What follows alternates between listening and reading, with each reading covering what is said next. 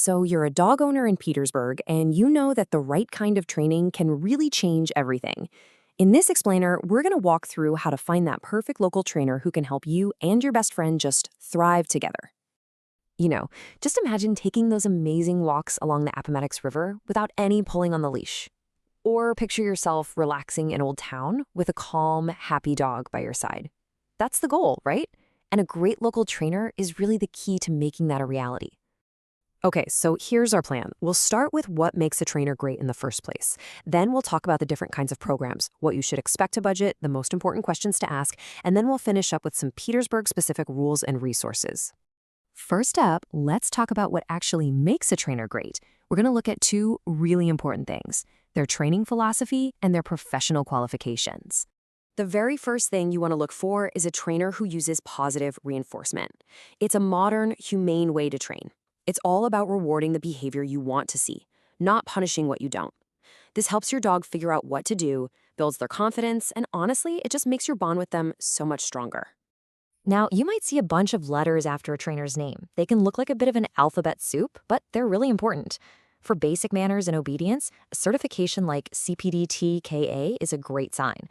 But if you're dealing with more serious stuff, like major anxiety or aggression, you'll want to look for a specialist with something like a CBCC-KA.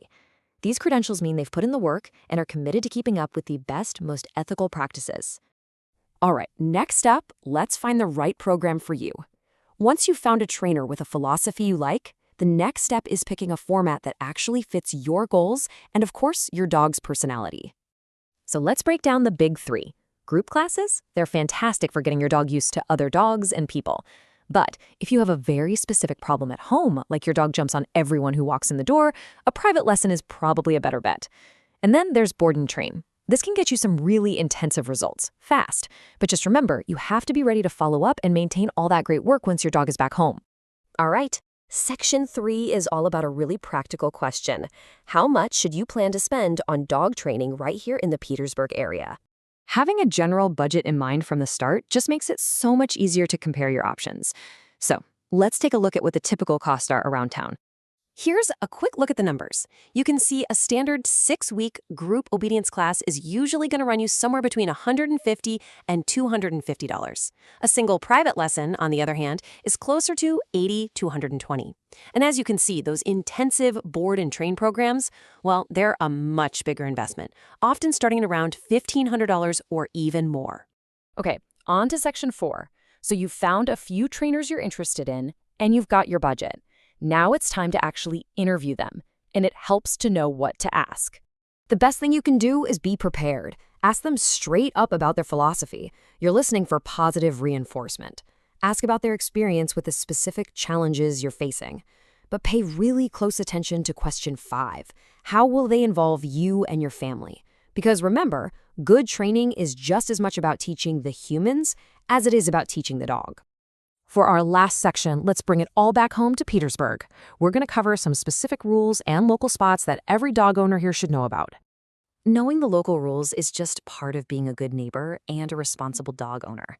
The leash law is simple. If you're not on your own property, your dog needs to be on a leash.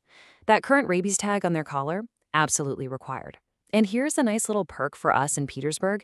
Your dog's rabies vaccination record also serves as their registration, so you don't need a separate city license. Pretty convenient. Once you and your dog have learned some new skills, you have to practice them in the real world. Lee Memorial Park is perfect for that, with all its open space for working on come and loose leash walking. The Appomattox River Trail is another great one for practicing focus when there are bikes and joggers around. Think of these amazing local spots as your own personal outdoor classrooms. When it comes right down to it, investing in training just opens up your world. It means you're less stressed when you have guests over.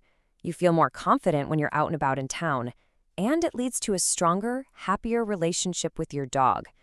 We wish you the absolute best of luck in finding the right training partner to help you and your dog enjoy everything Petersburg has to offer together.